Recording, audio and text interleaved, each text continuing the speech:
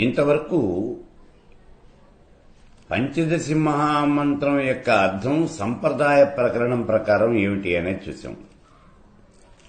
దాన్నే సంప్రదాయ ప్రకరణార్థము అని చెప్పాం. అంటే సంప్రదాయ ప్రకరణం ప్రకారం ఈ మంత్రం యొక్క అర్థము అది మనం చూసాం.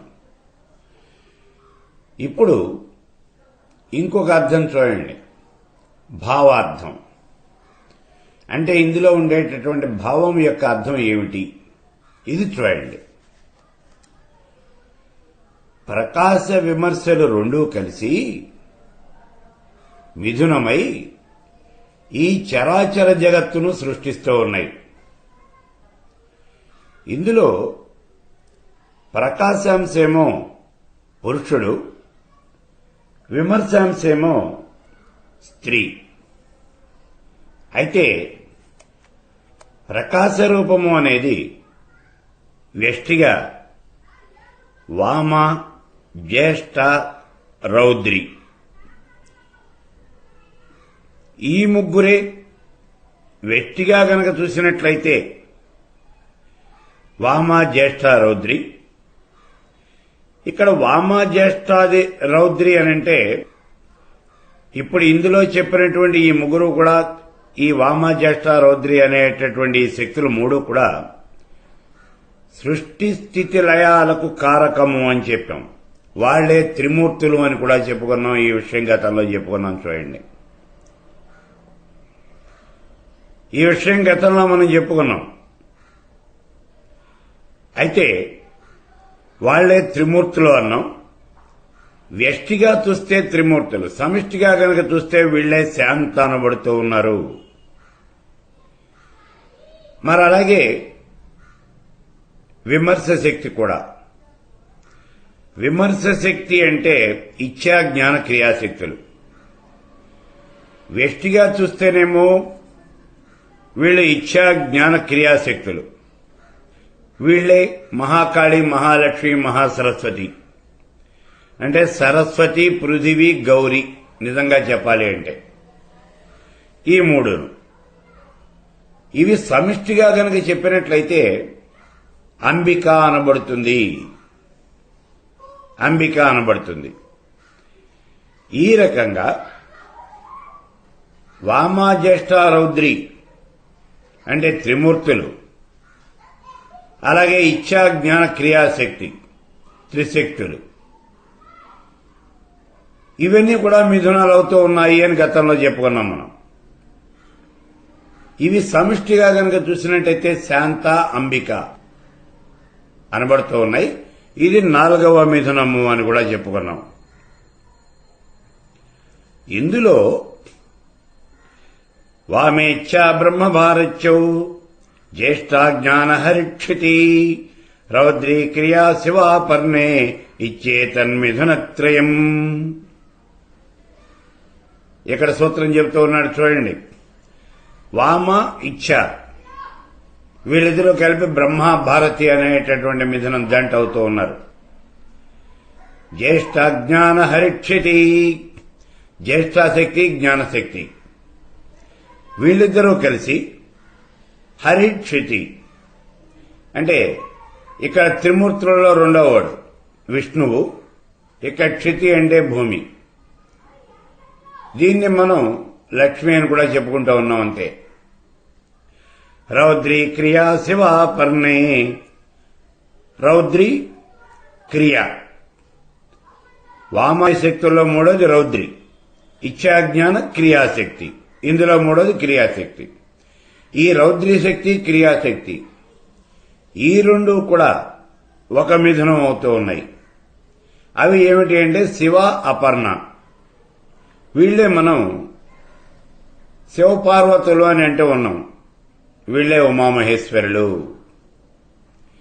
ఇప్పుడు చూడండి, వామ, ఇచ్ఛాశక్తులేమో బ్రహ్మ, భారతి.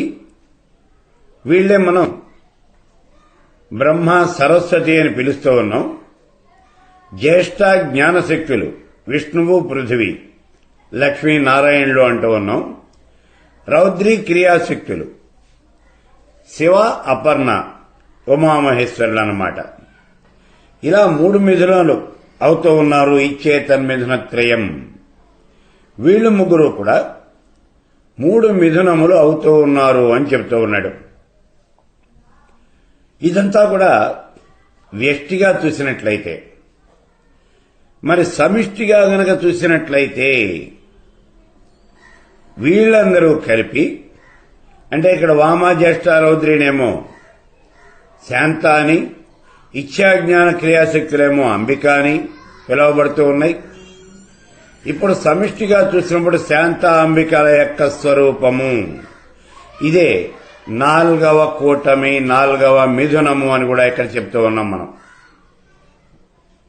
అయితే ఇప్పుడు మనం చెప్పుకున్నటువంటి ఆ 3 కూటములు, ఆ 3 కూటములే పంచదశి మహామంత్రంలోని ఉన్నటువంటి 3 కూటాలు. ఇవి బ్రహ్మ భారతి, విష్ణువు పృథివీ, శివ అపర్ణ, ఈ 3 కూటాలు. ఈ 3 కూటములే పంచదశి మహామంత్రంలో ఉన్నటువంటి 3 కూటములు.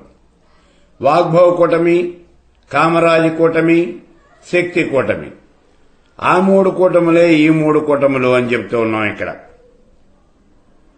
ఇక్కడ ప్రథమ కూటమి ఏమిటి అంటే సృష్టి రూపం, బ్రహ్మభారతి సృష్టి రూపం. ద్వితీయ కూటమి స్థితి రూపం, విష్ణువు స్థితికారకుడు. తృతీయ కూటమి సంహార రూపం, శివుడు సంహారకర్త. వీళ్లలో సృష్టి కార్యక్రమానికి బ్రహ్మ భారతి, స్థితికి విష్ణువు పృథివీ, లయానికి రుద్రుడు గౌరీ, వీళ్లు అధిపతులుగా ఉన్నారు.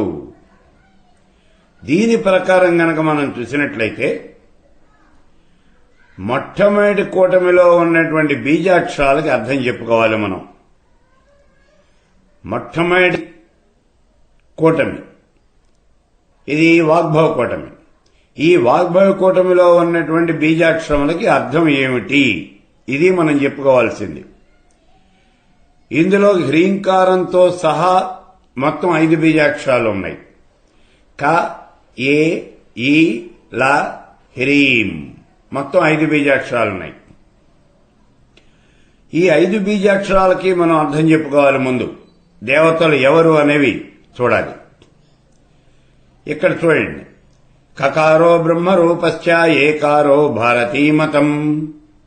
కకారము అంటే బ్రహ్మ, ఏకారము భారతి, క ఏ. ఇప్పుడు ఈకారం చూడాలి. చూడండి, ఈకారో విష్ణురూపశ్చ లకారో పృథ్వీమతం. ఈకారము అంటే విష్ణువు, లకారము పృథివీ.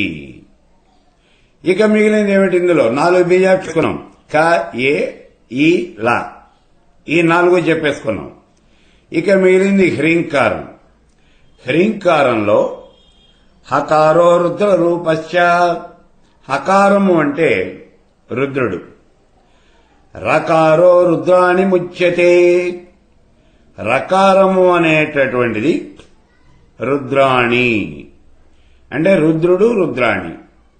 హ్రీంకారంలో హకారము అంటేనేమో రుద్రుడు, రకారము అంటే రుద్రాణి. ఇది మొట్టమొదటి కూటమిలో ఉన్నటువంటి బీజాక్షరాలకి అర్థం.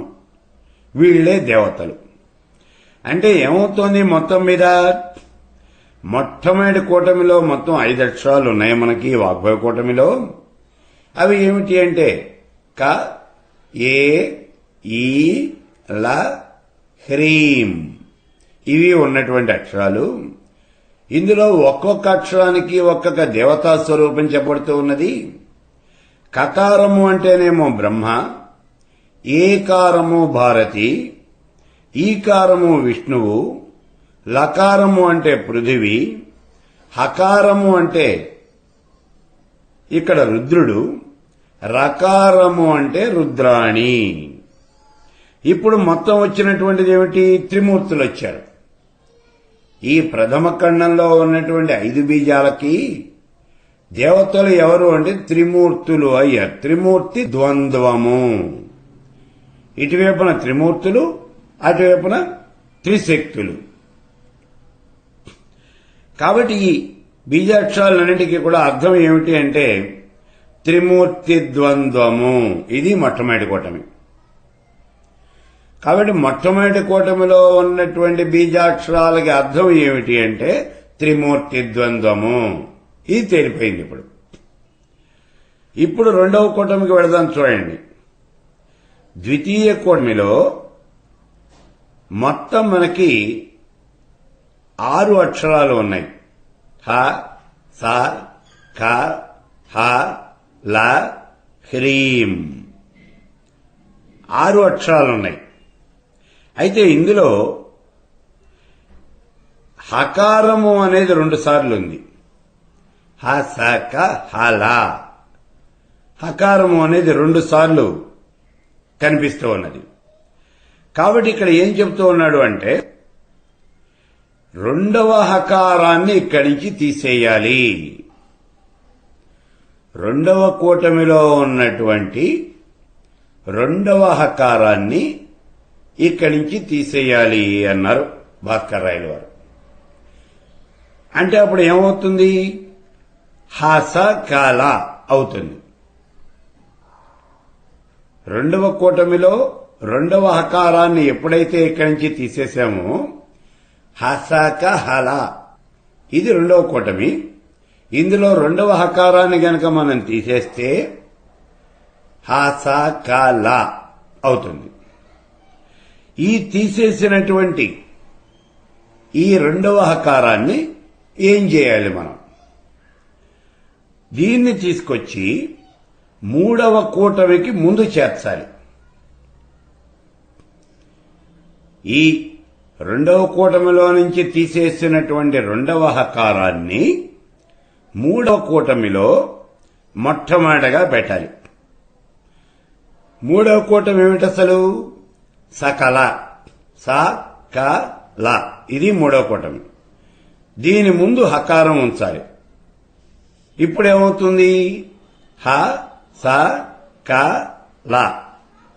ఇప్పుడు చూడండి, రెండవ కూటమిలో ఎప్పుడైతే రెండవ హకారం తీసేశామో అప్పుడు ఆ కూటమి హ, స, క, ల అవుతోంది. ఆ హకారాన్ని తీసుకొచ్చి మూడవ కూటమికి ముందు ఎప్పుడైతే పెట్టామో అప్పుడు ఇది కూడా హ, స, క, ల. ఈ 4 అక్షరాలే ఉంటున్నాయి ఇందులో. ఐదవది హ్రీంకారం. ఎప్పుడైతే రెండవ కూటమిలో ఉన్నటువంటి రెండవ హకారాన్ని తీసేసి అక్కడి నుంచి తీసేసి దాన్ని మూడవ కూటమిలో ముందు పెట్టామో అప్పుడు ఈ 2, 3 కూటములు 2 కూడా ఒకటే అయిపోతూ ఉన్నాయి. ఈ 2 ఒకటే అయిపోతూ ఉన్నాయి. వీటిల్లో హ, స, క, ల ఇవే బీజాక్షరాలు ఉంటున్నాయి. వీటి తర్వాత హ్రీంకారం ఉంటుంది. మరి ఇప్పుడు ఇక్కడ దేవతల యొక్క స్వరూపం ఏమిటి? హకారో బ్రహ్మరూపశ్చ సకారో భారతీ మతం. హకారము అంటే బ్రహ్మ, సకారము అంటే భారతి. కకారో విష్ణురూపశ్చ లకారో పృథివీమతం. కకారము అంటే విష్ణువు, లకారము అంటే పృథివీ. హ, స, క, ల. ఇంతవరకు అర్థం వచ్చేసింది. ఇక మిగిలింది ఏమిటి? హ్రీంకారం. హ్రీంకారానికి గతంలో చెప్పుకున్నట్టే హ్రీంకారము అంటే ఇది సంయుక్తాక్షరం. హకారము రకారము 2 ఉన్నాయి ఇందులో ఉన్నటువంటి హకారో రుద్ర రూపశ్చ రకారో రుద్రాణి ముచ్యతే. ఇందులో ఉన్నటువంటి హకారమేమో రుద్ర రూపం, రకారమేమో రుద్రాణి అంటే గౌరీ. కాబట్టి ఇక్కడ హ, స, క, ల, హ్రీం. దీంట్లో హకారం అంటే బ్రహ్మ, సకారం అంటే భారతి, కకారం అంటే విష్ణువు, లకారం అంటే పృథివీ, హ్రీంకారంలో ఉన్నటువంటి హకారమేమో రుద్రుడు, రకారమేమో రుద్రాణి. ఈ రకంగా మళ్ళీ త్రిమూర్తి ద్వంద్వము ఇక్కడ ప్రత్యక్షమవుతూ ఉన్నది. మళ్ళీ త్రిమూర్తి ద్వంద్వమే కనిపిస్తూ ఉన్నది. ఇది ఏ కూటమిలో? 2, 3 కూటముల్లో ఉన్నటువంటి అక్షరాలు ఒకటే. ఎప్పుడైతే 2వ కూటమిలో ఉన్నటువంటి 2వ హకారాన్ని అక్కడి నుంచి తీసేసి 3వ కూటమిలో ముందు పెట్టామో అప్పుడు 2, 3 కూటములు 2 ఒకటే అయిపోయినాయి. కాబట్టి ఈ 2 కూటముల్లోనూ కూడా అర్థం ఏమిటి అంటే త్రిమూర్తి ద్వంద్వము, త్రిమూర్తులు త్రిశక్తులు, త్రిమూర్తి మిథునము. ఇదే ఇక్కడ ఈ మంత్రాక్షరాలకి, బీజాక్షరాలకు అర్థమవుతూ ఉన్నది. అంటే మనకి మొట్టమొదటి కూటమిలో ఉన్నటువంటి ప్రతి అక్షరానికి మనం దేవతలను చూసినట్లయితే త్రిమూర్తి ద్వంద్వమే కనిపించింది అక్కడ, త్రిమూర్తులు త్రిశక్తులు. 2వ కూటమికి అంతే ఉంది, 3వ కూటమికి అంతే ఉంది. ఈ రకంగా పంచదశి మహామంత్రంలో ఉన్నటువంటి ప్రతి కూటమికి కూడా అర్థము అనేది త్రిమూర్తి ద్వంద్వమే అవుతుంది, అంతకన్నా ఇంకేం కాదు. ప్రతి కూటమికి కూడా అర్థము అనేది త్రిమూర్తి ద్వంద్వమే అవుతుంది. వాళ్లే శివశక్తులు, ప్రకృతి పురుషులు అనబడుతూ ఉన్నారు. ఈ త్రిమూర్తి ద్వంద్వమే ఇక్కడ అర్థమవుతూ ఉన్నది. వ్యష్టిగా సమిష్టిగా, వ్యష్టిగా కనుక చూస్తే త్రిమూర్తి ద్వంద్వం అవుతూ ఉన్నారు. మరి సమిష్టిగా చూస్తే శాంత అంబికల యొక్క స్వరూపమే అవుతూ ఉన్నది. ఈ శాంత అంబికలే శివశక్తులు, ప్రకృతి పురుషులు. కాబట్టి పంచదశి మహామంత్రానికి అర్థం ఏమిటి అంటే, పంచదశి మహామంత్రానికి అధిదేవత ఎవరు అంటే ఇదిగో త్రిమూర్తి ద్వంద్వము, శాంత అంబిక, పరమేశ్వరి పరమేశ్వరుడు. ఇది ఇక్కడ చెప్పినటువంటి భావార్థం. అందుకే చూడండి, గతంలోనే చెప్పుకున్నాం మనం, ఈ పంచదశి మహామంత్రం అంత గొప్ప మంత్రం ఇంకోటి ఎక్కడా లేదు అన్నాం. శ్రీ విద్య అంత గొప్ప విద్య అనేది ఎక్కడా లేదు అన్నాం. లలితా సహస్రం వంటి స్తోత్ర రత్నము అనేది ఇంకెక్కడా లేదు అన్నాం. ఇవి సామాన్యమైనటువంటి విషయాలు కాదు, ఎంత గొప్పదైనటువంటి అర్థాన్ని చెప్పాయో చూడండి. అవి సంప్రదాయార్థం చెబితే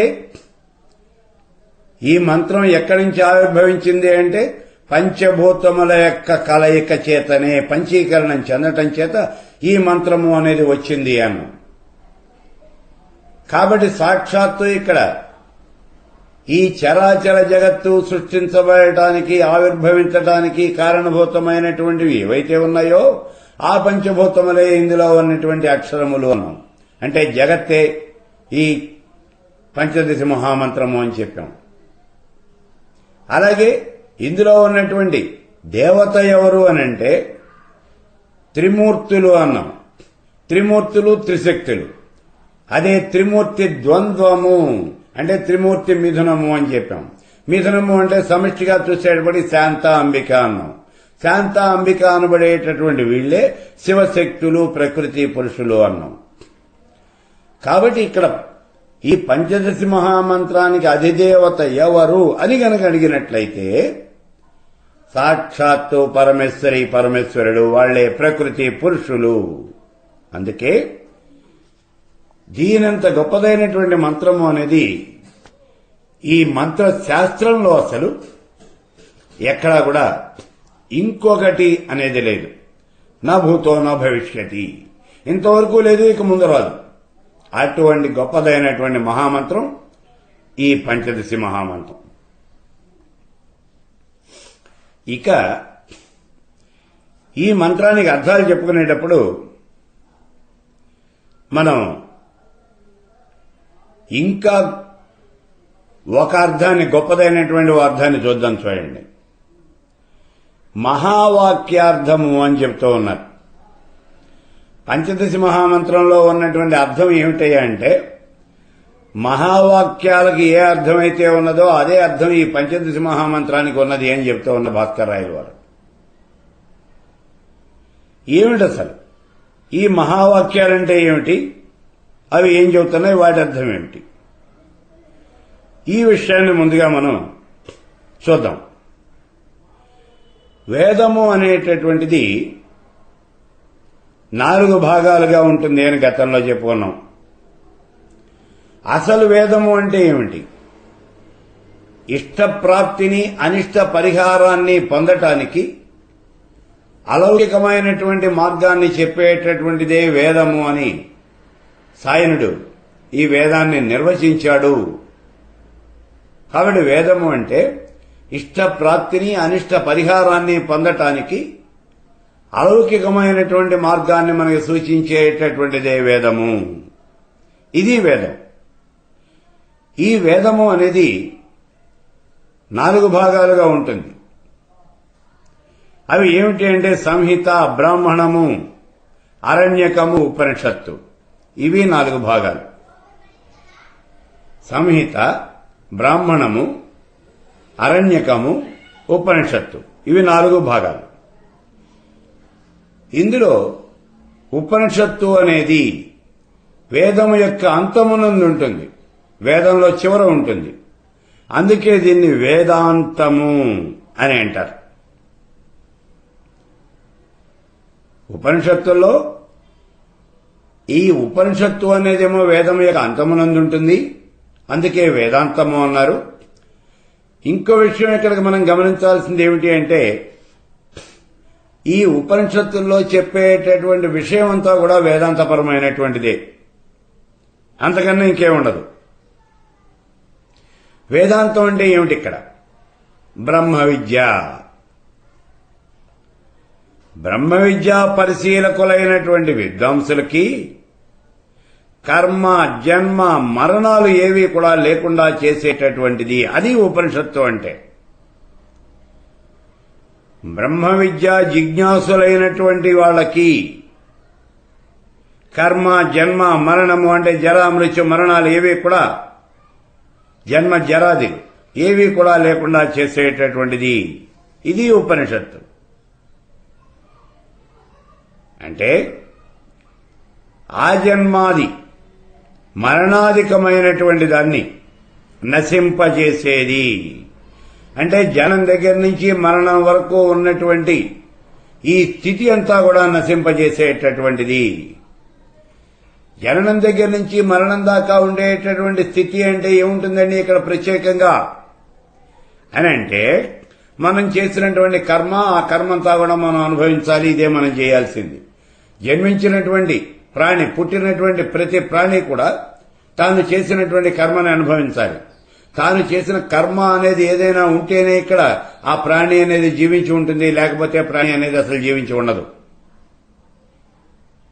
జీవించేటటువంటి ప్రతి ప్రాణి కూడా తన యొక్క కర్మను తాను అనుభవించి తీరాలి. ఇది మనకున్నటువంటి సూత్రం. కాబట్టి ఆ అనుభవించేటటువంటి జీవి అనుభవించవలసినటువంటి కర్మ అనేటటువంటి దాన్ని నశింపజేసేటటువంటిది.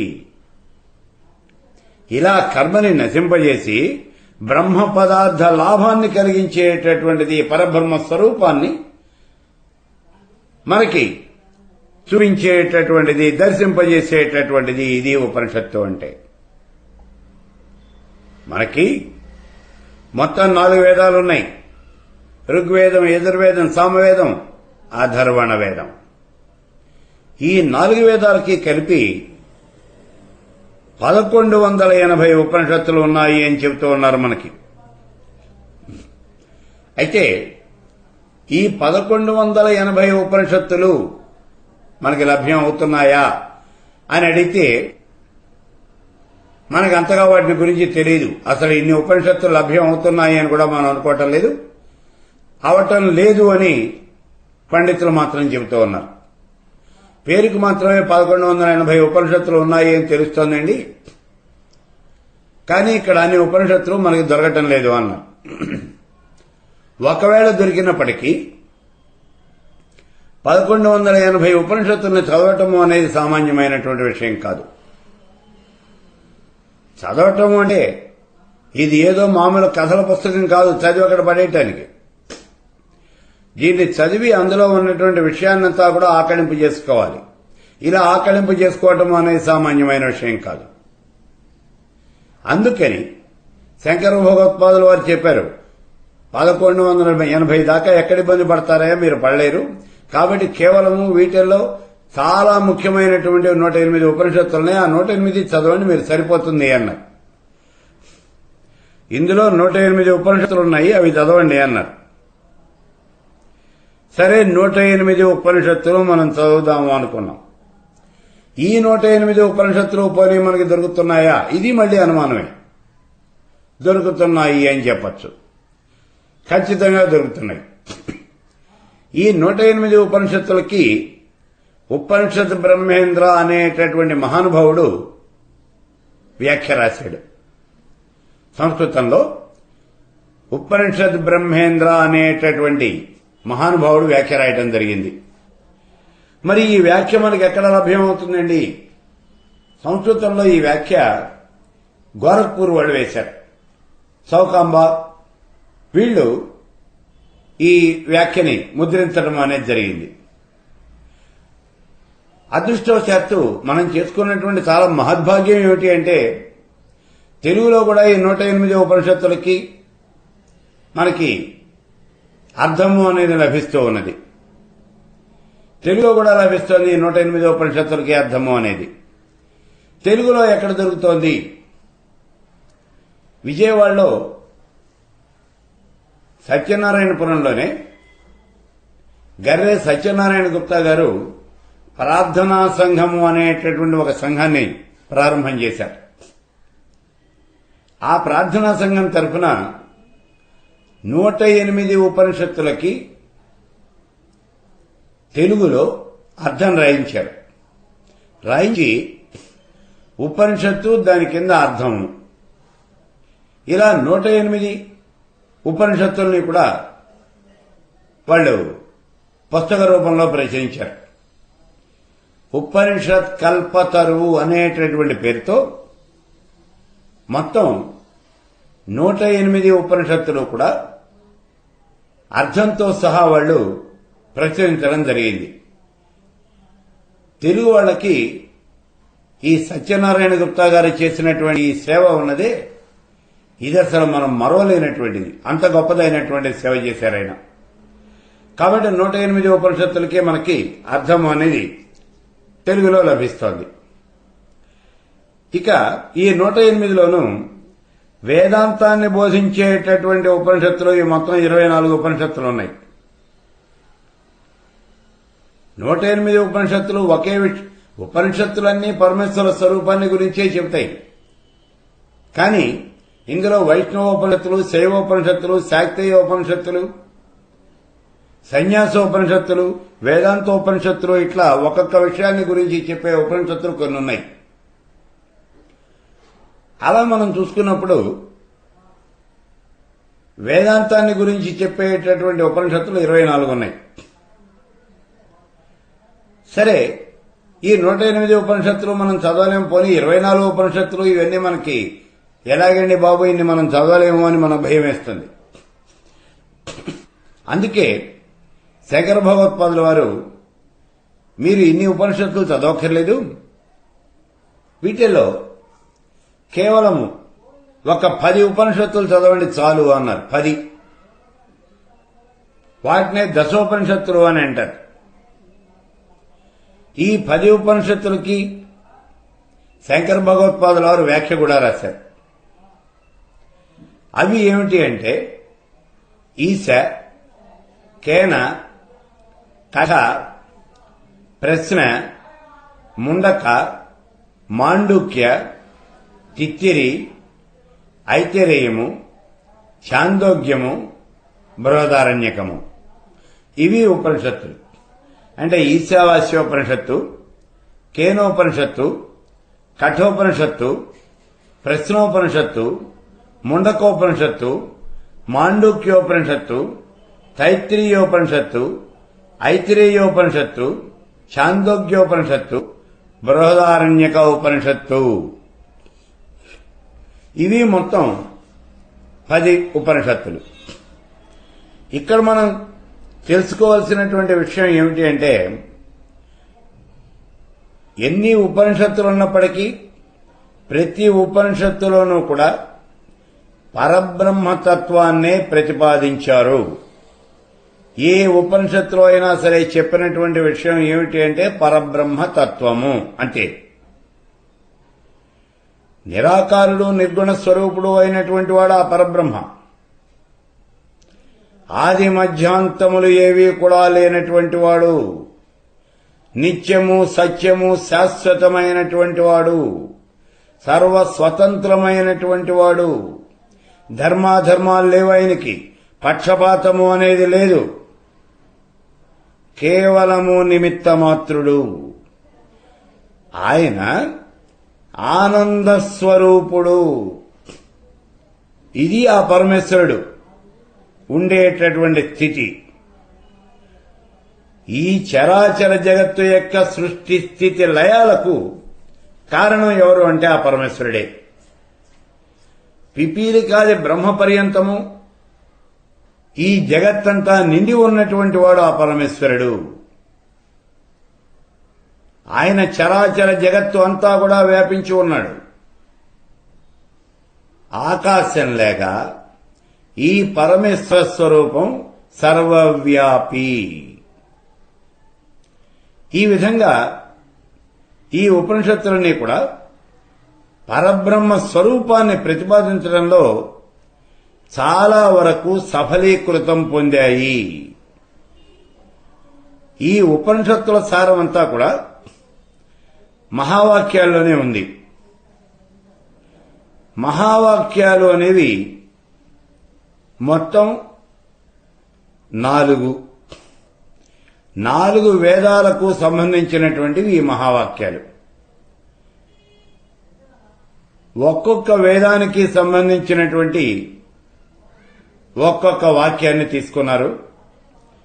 ఈ రకంగా 4 వేదాలకి 4 మహావాక్యాలు తీసుకోవడం జరిగింది. ఏమిటి మహావాక్యాలు అంటే ఇప్పుడు ఇవి చూడండి. ప్రజ్ఞానం బ్రహ్మ, ఐతిరేయోపనిషత్తులో చెప్పబడింది ఈ మహావాక్యం. ఈ ఐతిరేయోపనిషత్తు అనేది ఋగ్వేదానికి సంబంధించినటువంటిది. అహం బ్రహ్మాస్మి, బృహదారణ్యకోపనిషత్తులో చెప్పబడింది ఈ మాట. ఈ బృహదారణ్యకము అనేది శుక్ల యజుర్వేదానికి సంబంధించినటువంటిది. తత్వమసి, ఛాందోగ్యోపనిషత్తులో చెప్పబడింది ఈ మహావాక్యం. ఈ ఛాందోగ్యోపనిషత్తు సామవేదానికి సంబంధించినటువంటిది. 4వది అయమాత్మా బ్రహ్మ, ఇది మాండూక్యోపనిషత్తుకు సంబంధించినటువంటిది ఈ మహావాక్యం. ఈ మాండూక్యోపనిషత్తు అనేది అథర్వణ వేదానికి సంబంధించినటువంటిది. ఇవి ఇక్కడ ఉన్నటువంటి 4 మహావాక్యాలు 4 వేదాలకి సంబంధించినటువంటివి. ఈ మహావాక్యాల్లో చరాచర జగత్తంతా కూడా పరబ్రహ్మస్వరూపం.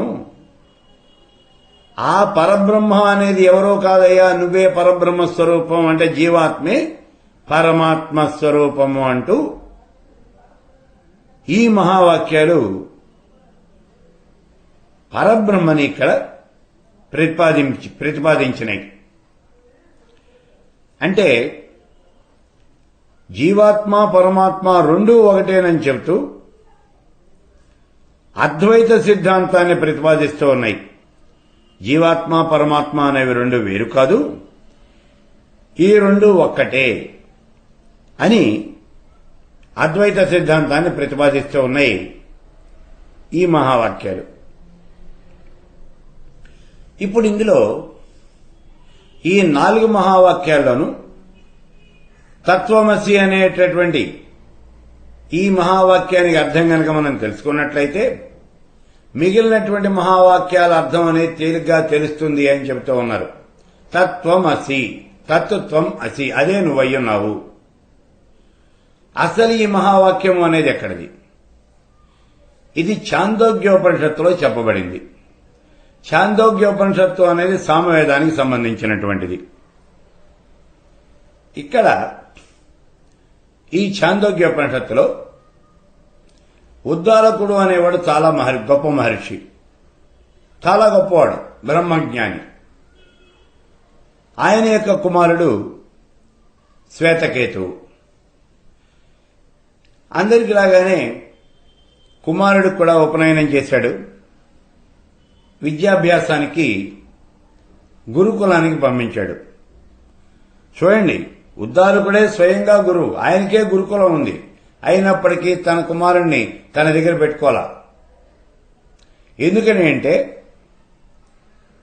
తండ్రి చెప్పేటటువంటి విద్య కొడుక్కి ఎక్కుతుందో లేదో ఇది అనుమానం. ఎంతైనా తండ్రి కాబట్టి తండ్రి దగ్గర ఒక రకమైనటువంటి చనువు అనేది ఉంటుంది. అందుచేత ఈయన గురుకులానికి పంపించాడు, వేరే చోటికి పంపించాడు ఈ కుమారుణ్ణి విద్యాభ్యాసానికి. అక్కడ విద్యాభ్యాసం అంతా పూర్తి చేసుకున్నాడు. తిరిగి ఇంటికి వచ్చాడు ఈ శ్వేతకేతువు. ఎరా నాయనా, నీ విద్యాభ్యాసం పూర్తయిందా అని అడిగాడు తండ్రి. అయింది తండ్రి అన్నాడు. సరే, బ్రహ్మ విద్యకు సంబంధించినటువంటి ప్రశ్న ఒకటి అడిగాడు ఈ ఉద్దాలకుడు. సమాధానం చెప్పలేదు కుమారుడైనటువంటి శ్వేతకేతువు. ఏమిరా నాయనా, ఎందుకని సమాధానం చెప్పడం లేదు, ఏమైంది, నువ్వు చదువుకోలేదా అన్నాడు. తండ్రి, నువ్వు చెప్పినటువంటి విషయం ఏమిటో నాకు అర్థం కాలేదు, దీన్ని మా గురువు గారు ఎప్పుడూ నాకు చెప్పలేదు అన్నాడు. అదేమిట్రా, మీ గురువు గారు ఎందుకు చెప్పకుండా ఉంటాడు అంటే, నిజమే తండ్రి నువ్వు చెప్పింది, బహుశా నువ్వు అడిగినటువంటి ఈ విషయం మా గురువుగారు కూడా తెలిసి ఉండదు, అందుకే నాకు చెప్పుండడు. ఒకవేళ ఆయన కనుక ఈ విషయం తెలిస్తే తప్పకుండా చెప్పేవాడు, ఆయన కూడా తెలిసి ఉండదు అన్నాడు. అలా అన్నటువంటి ఈ శ్వేతకేతువు ఒక క్షణం ఆలోచించి, తండ్రి నువ్వేదో బ్రహ్మ విద్యను గురించినటువంటి ప్రశ్నను అడిగావు, ఆ బ్రహ్మ విద్య అంటే ఏమిటో నాకు తెలియలేదు, కాబట్టి ఆ బ్రహ్మ విద్యను నువ్వే నాకు ఉపదేశించవలసింది అని అడిగాడు. అంటే బ్రహ్మ విద్యను నువ్వు చెప్పు అన్నాడు.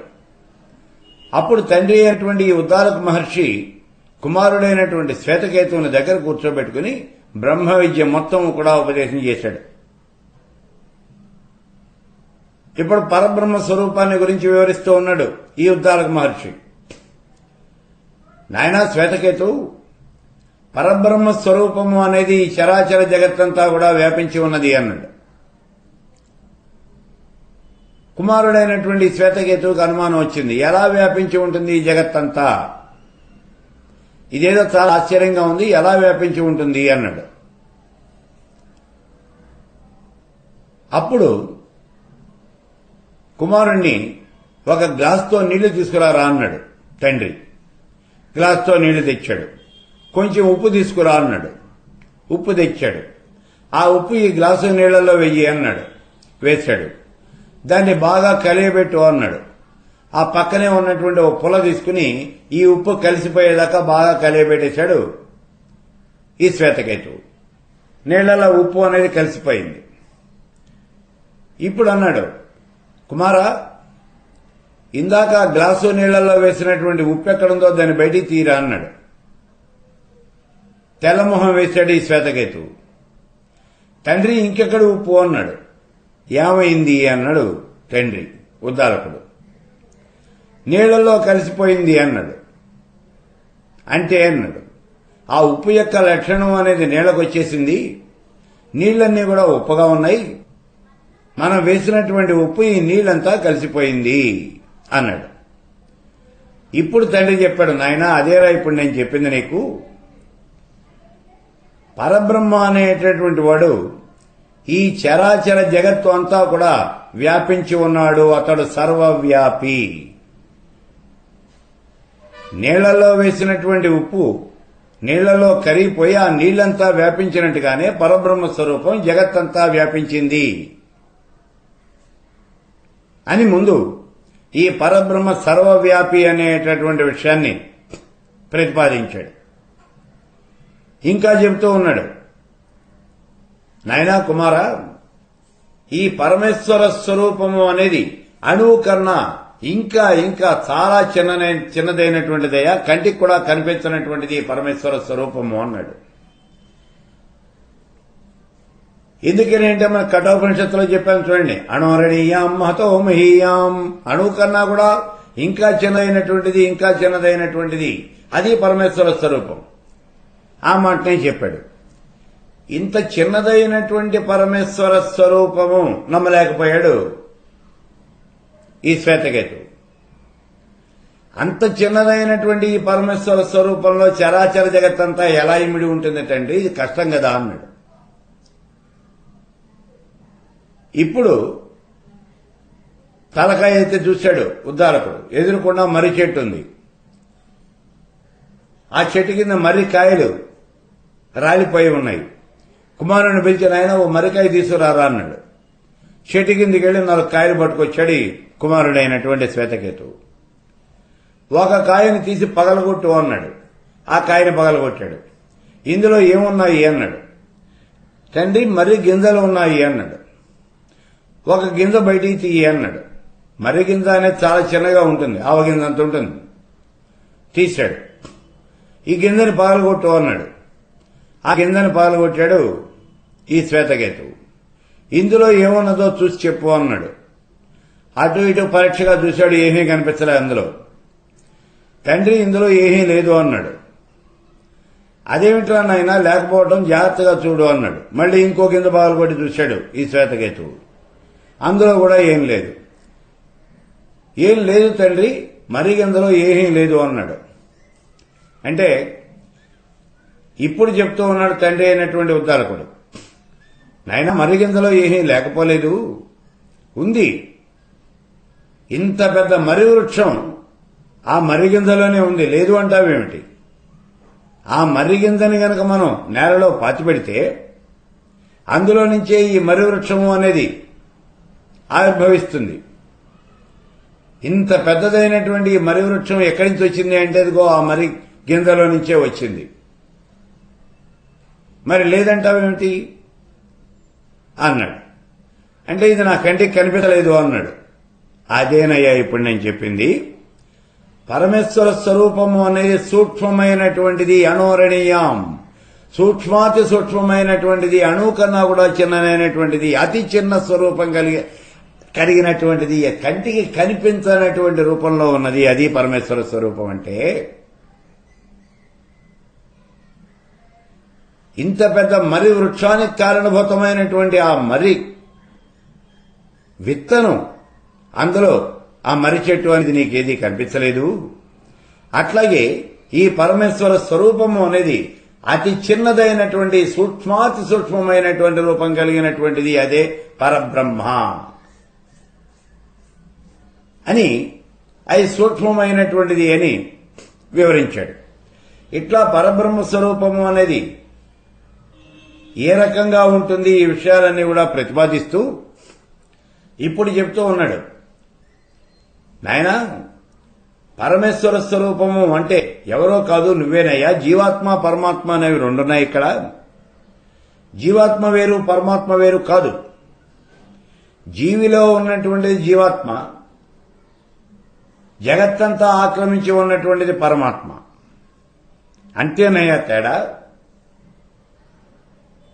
ఈ దేహాన్ని గనక వదిలిపెట్టినట్లయితే, ఈ దేహాన్ని గనక మనం ఇక్కడ వదిలిపెట్టేసినట్లయితే ఈ జీవాత్మ అనేది పరమాత్మలో లీనమైపోతుంది. జీవాత్మ పరమాత్మ రెండూ ఒకటేను అన్నాడు. అని ఇప్పుడు దాన్ని ప్రతిపాదిస్తూ ఉన్నాడు. నాయనా శ్వేతకేతు, ఆకాశంలో సూర్యుడు ప్రకాశిస్తూ ఉన్నాడు. సూర్యుడు లోకాలకన్నింటికీ కూడా వెలుగుల్ని ఇస్తూ ఉన్నాడు, కాంతిని ప్రసరింపజేస్తూ ఉన్నాడు. అటువంటి సూర్యుడిలో, లోక పూజ్యుడైనటువంటి ఆ సూర్య భగవానుడిలో ఏ తత్వం అయితే ఉన్నదో అదే తత్వం నీలో కూడా ఉన్నది. కుమారా శ్వేతకేతు, తత్వం అసి. తత్ అంటే అది, త్వం అంటే నువ్వు, అసి అంటే అయి ఉన్నావు. తత్ అంటే అది, ఏది? పరమేశ్వర స్వరూపం. సూర్యుడిలో ఏ పరమేశ్వర తత్వం అయితే ఉన్నదో, ఏ తత్వం అయితే ఉన్నదో అదే పరమేశ్వర తత్వం. ఆ తత్వమే నీలో కూడా ఉన్నది. సూర్యుడిలో ఉన్నటువంటి తత్వమే నీలో కూడా ఉన్నది. కాబట్టి ఆ సూర్యుడే నువ్వై ఉన్నావు. అలాగే చంద్రుడు చల్లదనాన్ని ఇస్తూ ఉన్నాడు. చంద్రుడిలో ఏ తత్వం అయితే ఉన్నదో అదే నీలో కూడా ఉన్నది. తత్వం అసి, అదే నువ్వై ఉన్నావు. కాంతిని ప్రసరింపజేసేటటువంటి మెరుపు తీగలో ఏ తత్వం అయితే ఉన్నదో అదే నీలో కూడా ఉన్నది. తత్వమసి. పంచభూతాల్లో ఉన్నటువంటి తత్వము నీలో ఉన్నది. నక్షత్రాలు, గ్రహాలు, వీటిలో ఉన్నటువంటి తత్వం అంతా కూడా నీలో ఉన్నది. ఈ చరాచర జగత్తులో స్థావర జంగమాత్మకమైనటువంటిది జగత్తు. అంటే ప్రాణమున్నవి, ప్రాణం లేనివి, చలనమున్నవి, చలనం లేనివి, ఇవన్నీ కూడా అనేకమైనటువంటి వస్తుజాలం, జీవజాలం, జంతుజాలం, ఇవన్నీ కూడా ఈ జగత్తులో ఉన్నాయి. వాటన్నింటిలోనూ ఏ తత్వమైతే ఉన్నదో ఆ తత్వమే నీలో ఉన్నది. తత్వం అసి, అదే నువ్వై ఉన్నావు. ఎందుకని అంటే పరమేశ్వర స్వరూపము అనేది సర్వాంతర్యామి, సర్వరూపమైనటువంటిది,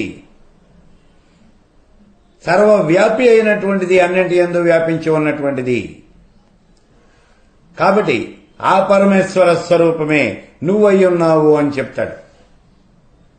తత్వం అసి. దీనికి కారణం ఏమిటి అంటే పరమేశ్వర స్వరూపం అనేది చరాచర జగత్తులో ఉన్నటువంటి ప్రతి వస్తువునందు, ప్రతి జీవి యందు కూడా అంతర్లీనంగా ఉండి ఆ వస్తువుల్ని, ఆ జీవుల్ని చైతన్యవంతంగా చేస్తూ ఉంటుంది. అందుకే బృహదారణ్యకోపనిషత్తులో చెప్తాడు చూడండి, యాజ్ఞవల్క్యుడు ఈ ఉద్దాలకుడికే చెప్తాడు. అంతర్యామి అంటే ఏమిటో వివరించవలసింది అని ఈ ఉద్దాలకుడే అడుగుతాడు ఆ యాజ్ఞవల్క్యుడిని. అప్పుడు యాజ్ఞవల్క్యుడు చెప్తాడు, ఆకాశంలో ఉంటాడు, ఆకాశం అతడిని ఎరగదు, ఆకాశమే అతడి శరీరం. ఆకాశంలో ఉంటూ ఆకాశాన్ని నియంత్రిస్తూ ఉంటాడు, అతడే అంతర్యామి, అతడే ఆత్మ, అతడే నువ్వు. అతడే అంతర్యామి, అతడే ఆత్మ అని అక్కడ యాజ్ఞవల్క్యుడు చెప్తూ ఉన్నాడు. ఆ ఆత్మే నువ్వు అని చెప్తూ ఉన్నాడు ఇక్కడ ఈ ఉద్దాలకుడు. తత్వమసి అని చెప్తూ ఉన్నాడు. ఇంకా చూడండి, అక్కడ యాజ్ఞవల్క్యుడు చెప్తాడు, సూర్యుడిలో ఉంటాడు, సూర్యుడు అతడిని అడగడు, సూర్యుడే అతడి శరీరం. సూర్యుడిలో ఉంటూనే సూర్యుడిని నియంత్రిస్తూ ఉంటాడు, అతడే అంతర్యామి, అతడే ఆత్మ. ఆ ఆత్మస్వరూపమే నువ్వయ్యా అని చెబుతూ ఉన్నాడు ఇక్కడ ఉద్దాలకుడు.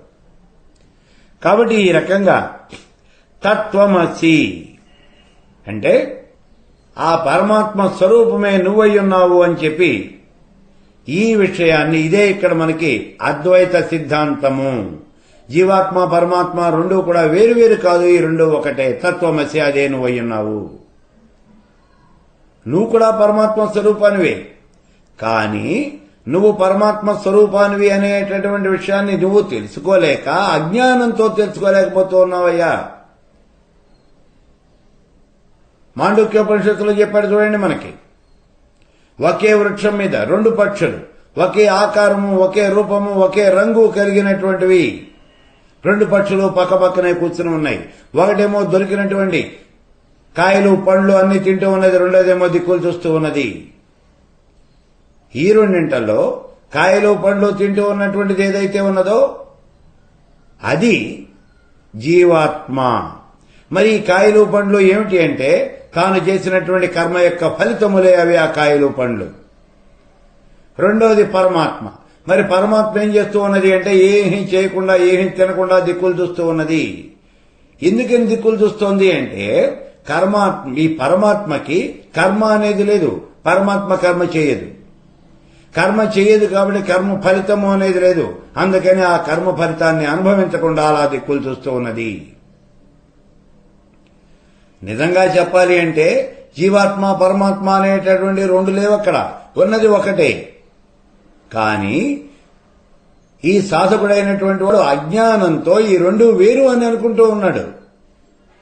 ఈ జీవాత్మ శరీరంలో బంధించబడి శరీరం ద్వారా చేసేటటువంటి కర్మలకన్నిటికీ కూడా తానే కర్త అని, తానే భోక్త అని భావన చేస్తూ ఉన్నది. ఇది అజ్ఞానంతో ఈ రకంగా జరుగుతూ ఉన్నది. ఈ అజ్ఞానం వలనే తాను ఈ కర్మకి భోక్త అని అనుకుంటూ ఆ కర్మను తాను అనుభవిస్తూ ఉన్నది. కానీ ఆత్మ అంటే ఇక్కడ శరీరం కాదు. నేను అంటే శరీరం కాదు, నేను అంటే ఆత్మ. ఆత్మ వేరు, శరీరం వేరు.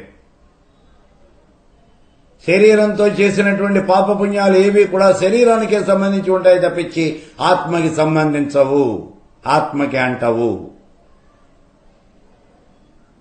కానీ తానే ఈ కర్మను చేస్తూ ఉన్నాను అని అజ్ఞానంతో భావిస్తూ ఉన్నది ఈ జీవాత్మ. ఈ అజ్ఞానము అనేది కనుక పోయినట్లయితే ఈ జీవాత్మ పరమాత్మ అనేవి రెండు కనిపించవు. ఈ జీవాత్మ పరమాత్మ రెండు ఒకటే అయిపోతాయి. ఇలా మహావాక్యాలన్నీ కూడా ఈ పరబ్రహ్మ తత్వాన్ని, అద్వైత సిద్ధాంతాన్ని ప్రతిపాదిస్తూ ఉన్నాయి.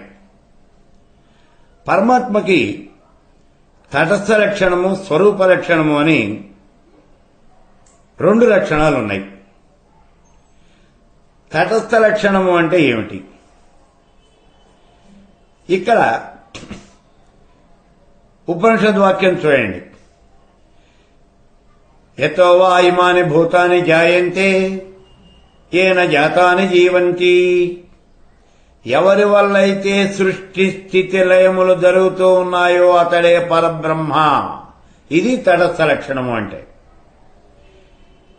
యతో వా ఇమాని భూతాని జాయంతే ఏన జాతాని జీవంతి. ఎవరి వల్లైతే సృష్టి స్థితి లయాలు అనేవి జరుగుతూ ఉన్నాయో అతడే పరబ్రహ్మ స్వరూపము. ఈ తటస్థ లక్షణం.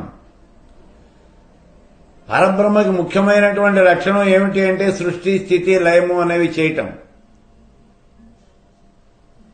మిగిలినటువంటి పనులు ఎవరైనా ఏవైనా చేయొచ్చు, కానీ సృష్టి స్థితి లయాలు మాత్రం పరమేశ్వర స్వరూపమే చేస్తుంది. మరి ఇక్కడ కకారము అంటే పంచదశ మహామంత్రంలో కకారము అంటే బ్రహ్మ, ఏకారము అంటే విష్ణువు, ఆకారము అనేది రుద్రుడు. ఈ మూడు సృష్టి స్థితి లయాలకు కారణమైనటువంటి త్రిమూర్తులు అని మనం చెప్పుకున్నాం. ఇక్కడ ఈకారము అనేది ఈశ్వరుడు, హకారము అంటే సదాశివుడు. ఇక్కడ పంచకృత్యములు అనేవి చెబుతూ ఉన్నాం. పరమేశ్వర స్వరూపానికి మొత్తం 5 కృత్యములు ఉన్నాయి అన్నో 5 లక్షణాలు. వాళ్ళు చేసేవంటి పనులు ఏమిటివి? సృష్టి స్థితి సంహారము, తిరోధానము, అనుగ్రహము. ఈ పంచకృత్యాలని గురించి లలితా శాస్త్రంలో మనకి 264 దగ్గర నుంచి 274 ఇంతవరకు అంటే ఉన్నటువంటి ఈ 11 నామాల్లోనూ చెప్పారు. చూడండి. సృష్టికర్త్రి బ్రహ్మరూప, గోప్త్రి గోవింద రూపిణి, సంహారణి రుద్రరూప, తిరోధానకరి ఈశ్వరి, సదాశివ అనుగ్రహద, పంచకృత్య పరాయణ. సృష్టి స్థితి సంహారము, తిరోధానము, అనుగ్రహము అనేటటువంటి ఈ 5 కృత్యములను పంచకృత్యములు చేసేటటువంటిది ఇది ఆ పరమేశ్వర స్వరూపం. ఇదంతా కూడా పరమేశ్వరుడి యొక్క లక్షణం. ఇది మొట్టమొదటి కూటమికి అర్థం. ఈ పంచదశ మహామంత్రంలో ఉన్నటువంటి మొట్టమొదటి కూటమికి అర్థం ఏమిటి అంటే పంచకృత్య పరాయణుడు పరమేశ్వరుడు. ఇది అర్థం. ఇక రెండవ కూటమికి ఏమిటి? సత్యం జ్ఞానం అనంతం బ్రహ్మేత్యుక్తం ద్వితీయ కూటేనా. అంటే ఆ పరబ్రహ్మ స్వరూపం సత్యము, జ్ఞానము, అనంతమైనటువంటిది. ఇది రెండవ కూటానికి అర్థం. హ స అంటే ఆనందము. కకారానికి సత్యము, హకారానికి అనంతము, లకారానికి జ్ఞానము. ఇది అర్థం. రెండవ కూటమి అంటే హసకాల. ఇది కదా మనకున్నది. ఇక్కడ హస అంటే ఆనందం, కకారము అంటే సత్యం, హకారం అనంతం, లకారము అంటే హసక హల, లకారము అంటే జ్ఞానం. ఇది అర్థం. మొత్తం మీద సత్యము, జ్ఞానము, అనంతము, ఆనందము, ఇవి ఆ పరబ్రహ్మ యొక్క లక్షణాలు. కాబట్టి పరబ్రహ్మ అంటే సత్యజ్ఞానం అనంతమైనటువంటిది, ఆనందమయమైనటువంటిది ఆ పరబ్రహ్మ స్వరూపము అని చెప్పటమే ఇక్కడ పంచదశ మహామంత్రంలో ఉన్నటువంటి ద్వితీయ కూటమి యొక్క అర్థం. ఇది బ్రహ్మ యొక్క స్వరూప లక్షణం. ఈ రకంగా మంత్రంలో ఉన్నటువంటి మొట్టమొదటి 2 కూటముల చేత తటస్థ స్వరూప లక్షణాలు చెప్పి, మొట్టమొదటి దాంట్లో తటస్థ రూపం, రెండో దాంట్లో స్వరూపం చెప్పి, 3వ కూటమితో జీవ బ్రహ్మైక్యాన్ని చెబుతూ ఉన్నారు. చూడండి, అంటే జీవాత్మ పరమాత్మ రెండూ కూడా ఒకటేను అనేటటువంటి మాట ఇక్కడ 3వ కూటమిలో వివరిస్తూ ఉన్నారు. ఏమిటిది? బ్రహ్మము అనేది ఈ చరాచర జగత్తు యొక్క స్వరూపం. జగత్తు అనేది జీవరూపం. సకల అంటే 3వ కూటమి. ఈ సకల అనేటటువంటి పదానికి చరాచర జగత్తులో ఉన్నటువంటి సకల జీవరాశులు ఇది అర్థం. ఇక్కడ సకల అంటే సకల జీవరాశులు అని అర్థం. ఈ సకల జీవరాశులే ఇక్కడ సకల అంటే దీనికి ప్రతీక. ఈ జీవులకి 3 కళలు లేదా 3 అవస్థలు అనేవి ఉన్నాయి. ఏమిటి 3 అవస్థలు అంటే జాగ్రత్త, స్వప్న, సుషుప్తులు అనేటటువంటివే ఇక్కడ 3 అవస్థలు. ఇవన్నీ కూడా ఈ జీవులన్నింటికీ ఉన్నాయి. కాబట్టి సకల జీవ పరం బ్రహ్మపరం, సకల జీవులు సకల జీవ పరం బ్రహ్మపరం అంటే ఈ జగత్తులో ఉన్నటువంటి జీవజాలం అంతా కూడా పరబ్రహ్మ స్వరూపము అని చెప్తూ ఉన్నాడు. బ్రహ్మము అనేది సకల జీవరూపము. ఇక్కడ సకల జీవులునేమో బ్రహ్మస్వరూపం, బ్రహ్మమేమో సకల జీవస్వరూపం. ఇక్కడ చూడండి, అంటే జగత్తులో ఉన్నటువంటి జీవులంతా కూడా పరబ్రహ్మ స్వరూపమే, ఆ పరబ్రహ్మే జగత్తులో ఉన్నటువంటి జీవజాలం యొక్క స్వరూపము అని చెప్తూ ఉన్నాడు. ఈ రెండింటికి భేదము అనేది ఏమాత్రము కూడా లేదు అని చెప్తూ ఉన్నాడు. ఇలా భావించటమే ఇది మహావాక్యార్థము అని అంటూ ఉన్నారు. ఇక్కడ ఇదే జీవ బ్రహ్మైక్యము. ఈ 3వ కూటమిలో హ్రీంకారము అనేది ఉంది. ఇక్కడ సకల అనే మాటనే చెప్పాం మనం. హ్రీంకారము అనేది ఇంకోటి ఉంది. ఈ హ్రీంకారము అనేది శక్తిని సూచిస్తుంది.